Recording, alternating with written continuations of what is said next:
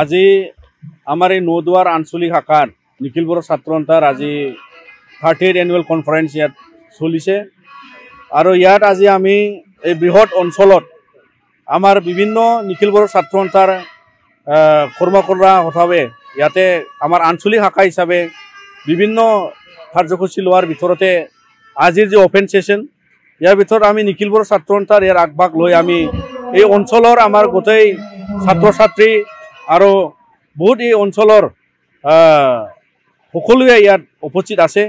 তো আজি আমি এইটোৱে আপোনালোকৰ দ্বাৰা সেইটো আমি জনাবলৈ বিচাৰোঁ যে আমাৰ এই বৃহৎ অঞ্চলত আজি মূল কিছুমান সমস্যা আছে, যেনেদৰে আমাৰ ইয়াতে যিবোৰ স্কুল আছে গোটেই আমাৰ ছাত্ৰ ছাত্ৰী আজিলৈকে বেঞ্চাৰ স্কুলত পঢ়িব লগা হয়। তো ইয়াৰ কাৰণে আজি আমাৰ বিটিআৰ ৰেকৰ্ডৰ দ্বাৰা 6.3 এটা ক্লজ আছিলে আৰু ইয়াৰ দ্বাৰা সমাধানৰ সূত্ৰ ওলাবৰ কাৰণে 6.3 দ্বাৰা বেঞ্চাৰ স্কুল প্ৰভিন্সিয়েলাইজেশ্যনৰ কাৰণে আজি আমি নিখিল বড়ো ছাত্ৰ সন্থা গৌৰাহিত্য বা একেলগে আজি অসম চৰকাৰক আমি যুঁজা বা আমি প্ৰেছাৰ হিচাপে কৰি আছোঁ। তো ইয়াৰ কাৰণে এই যে বিটিআৰ ৰেকৰ্ড ইমপ্লিমেণ্টেশ্যনৰ কাৰণে আজিও আমি অটল যে এই অঞ্চলৰ যে ছাত্ৰ ছাত্ৰীয়ে গুণগত শিক্ষা কোৱালিটি এডুকেশ্যনৰ পৰা বঞ্চিত হৈ আছে, কিন্তু আজি হাইস্কুলৰ যি এটা উন্নত অৱস্থালৈ আজি 11-12 বুলি গঢ়ি তুলিব লাগে।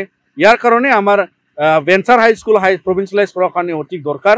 আৰু আজি ইমি স্কুল LP স্কুল হওক ইয়াত চালিজাৰি চাই আমাৰ ইয়াৰ শিক্ষকৰ নাটনি আছে।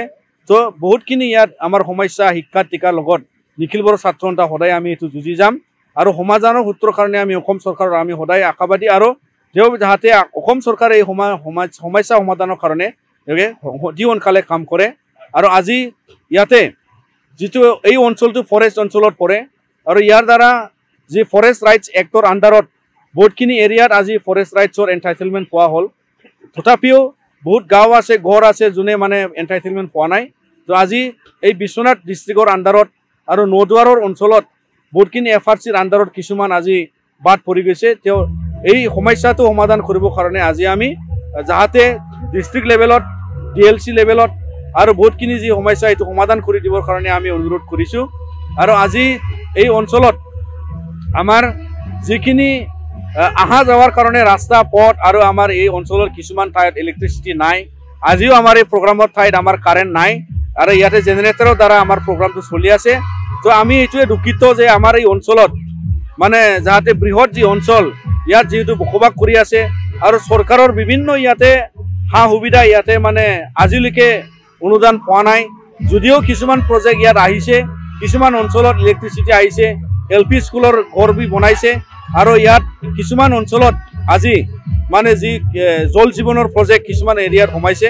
তো ইয়াৰ কাৰণে আমি সেইটোৱে আশাবাদী যে আমাৰো এই অঞ্চলত বসবাস কৰা আমি ইয়াত মানে অৰ্থনৈতিকভাৱে উন্নত হ'ব বিচাৰোঁ আৰু শিক্ষা দীক্ষাৰ লগত আমি উন্নত হ'ব বিচাৰোঁ। ইয়াৰ কাৰণে আপোনালোকৰ দ্বাৰা আমি গোটেই সমাজ আৰু লগতে আমাৰ চৰকাৰৰ ফালে আমি সেইটোৱে নজৰ দিব বিচাৰিছোঁ যাতে তেওঁলোকে আমাৰ এই সমস্যাটো বুজি পেলাই আমাৰ সমস্যাবিলাক সমাধান কৰি দিয়ে আৰু আমাৰ এই অঞ্চল আজি যেনেকা উন্নত হোৱাৰ কাৰণে আমি যুঁজি আছোঁ, আগলৈকে আমি উন্নত হ'বলৈ যুঁজ যাম। অসমবাসী তথা ডিমৰীয়াবাসীৰ বাবে সুখবৰ।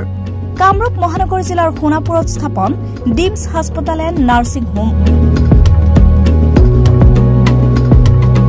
উপলব্ধ বিভাগসমূহ general medicine, gynaecology, general and laparoscopic surgery, orthopaedic surgery, paediatrics and neonatology, palliative medicine, pain clinic, dermatology, ENT, urology, দুৰ্ঘটনা আৰু জৰুৰীকালীন সেৱাৰ বাবে 24 ঘণ্টাৰ উপলব্ধ ডিমছ হাস্পতাল এণ্ড নাৰ্ছিং হোম। অত্যাধুনিক সা সুবিধাৰে পৰিপূৰ্ণ ডিমছ হাস্পতাল এণ্ড নাৰ্ছিং হোমত উপলব্ধ digital X ray, 24 hours pathology, ECG, PAC clinic, 24 hours RMO doctors. ঠিকনা বৰঘাট, সোণাপুৰ, কামৰূপ মহানগৰ জিলা।